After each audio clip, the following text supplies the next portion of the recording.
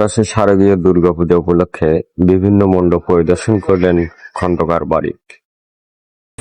আমি আমাদের সেই মহান নেতা জনাব তারেক রহমান, আমাদের মা মাটি মানুষের নেত্রী বেগম খালেদা জিয়া, আমার তারাশ উপজেলা বিএনপি, আমার পৌর বিএনপির পক্ষ থেকে আপনাদের শারদীয় শুভেচ্ছা স্বাগত। শারদীয় দুর্গাপূজা উপলক্ষে তারাশ উপজেলার শোলাপাড়া, তালপাড়া ও আশেপাশের বিভিন্ন পূজা মণ্ডপ ঘুরে দেখেছেন তারাশ পৌর বিএনপির সংগ্রামী সাবেক সদস্য সচিব এবং আসন্ন তারাশ পৌরসভা নির্বাচনের মেয়র পদপ্রার্থী খন্দকার আব্দুল বারিক। এখানে আজাদ আছে, আব্দুল লতিফ আছে, কালাম আছে, আপনাদের পাশের ওয়ার্ডের সেক্রেটারি সিরাজ।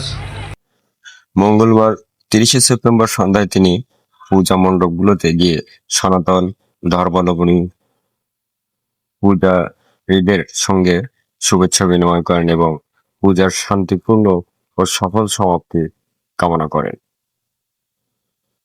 পরিদর্শনকালে খন্দকার আব্দুল বারিক বলেন, দুর্গাপূজা বাঙালির চিরায়ত ঐতিহাসিক উৎসব। সব ধর্ম বর্ণের মানুষ যেন মিলেমিশে শান্তিপূর্ণভাবে উৎসব উদযাপন করতে পারে, এটাই আমাদের প্রত্যাশা। তারা স্মরণ করে দিও, তাহলে আমারও মনে থাকলেও ইঞ্জিনিয়ার মহোদয় যে আছে অথবা প্রশাসক ওনাদেরকে আমার বলা আছে যে আবেদনগুলো আসে, এই আবেদনগুলো যাচাই বাছাই করে যেটা আগে গুরুত্বপূর্ণ পর্যায়ক্রমে যেন সকল কাজই হয়। আসলে রাস্তা গতবার এই তালপাড়া পুজোতে গিয়ে বলেছিলাম যে আল্লাহ আগামী পূজার আগে এই ঘর করার তৌফিক দিও, না হলে যেন পূজায় না আসতে পারি। তিনি আরো বলেন, যদি তারাশ পৌরবাসী আমাকে মেয়র নয় সেবক বা খেদমতদার হিসেবে নির্বাচিত করেন, আমি গরিব অসহায়দের পাশে থাকবো ইনশাল্লাহ। উন্নয়নমূলক কাজের জন্য আপনাদের আর অন্যত্র যেতে হবে না।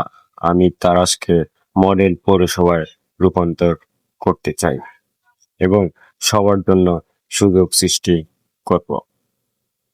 এ সময় পূজা উদযাপন কমিটির নেতৃবৃন্দ, স্থানীয় গণ্যমান্য ব্যক্তি, তারাশ পৌর বিএনপি, যুবদল, ছাত্রদল, স্বেচ্ছাসেবক দল সহ সহযোগী অঙ্গ সংগঠনের নেতাকর্মীরা উপস্থিত ছিলেন।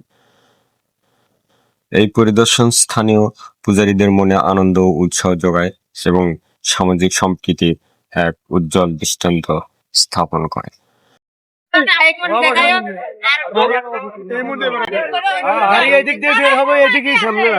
খালিদ হাসান, তারাশ টিভি।